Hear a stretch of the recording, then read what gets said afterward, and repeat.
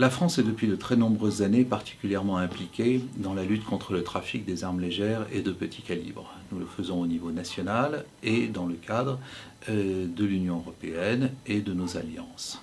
Au niveau national, nous achevons la ratification d'un protocole particulier qui est un protocole qui concerne la lutte contre les trafics d'armes légères et qui est un protocole à une convention plus vaste de lutte contre la criminalité organisée qu'on appelle la Convention de Palerme.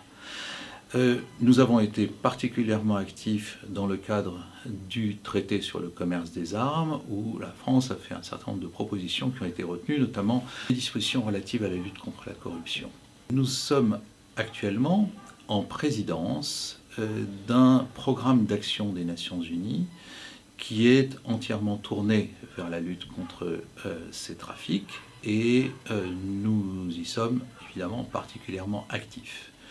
Nous avons développé notre législation nationale avant les attentats terroristes mais aussi après pour renforcer nos dispositions et faire en sorte que l'accès aux armes légères et de petit calibre soit beaucoup plus difficile pour les terroristes et les criminels dans notre pays.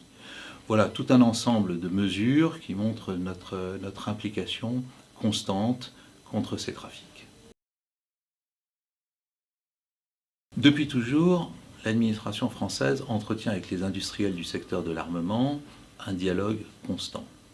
Il s'agit bien entendu de responsabiliser les industriels par rapport à un certain nombre d'obligations internationales, évidemment d'abord les embargos, et puis de façon générale l'ensemble des textes et conventions internationales qui régissent le secteur. Le régime d'exportation en France est très strict, c'est un régime d'interdiction et les autorisations sont données au cas par cas dans le cadre d'une commission interministérielle. Le dialogue est permanent, il a eu des hauts et des bas pourrait-on dire, mais il est dans la période actuelle d'excellente qualité. Nous ne parlons pas seulement aux industriels du secteur, mais à d'autres secteurs qui concourent aux exportations et notamment au secteur financier et au secteur du transport des armes, à commencer par les armateurs et les affréteurs, ce qui fait que l'administration travaille avec, on pourrait dire, l'écosystème de l'armement en France, que ce soit pour la fabrication ou pour l'export. La compétence de l'Union européenne sur les questions d'armement est relativement récente.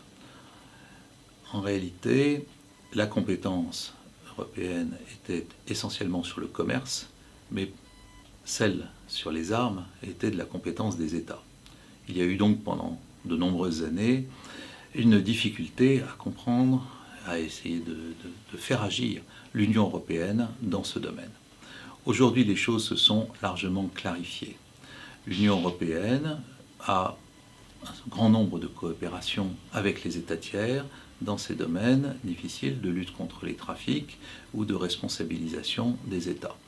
Deux exemples types. Le premier, c'est le travail sur la zone des Balkans, avec une coopération directe avec les États, mais aussi avec des organismes non étatiques particulièrement impliqués dans la lutte contre les trafics d'armes, comme par exemple le CISAC. Une autre partie du monde sur laquelle la coopération s'exerce, c'est évidemment la bande sahélo-saharienne, avec là une volonté d'agir pour réduire les flux des trafics illicites sur cette zone, l'ensemble se faisant de façon tout à fait concrète et opérationnelle.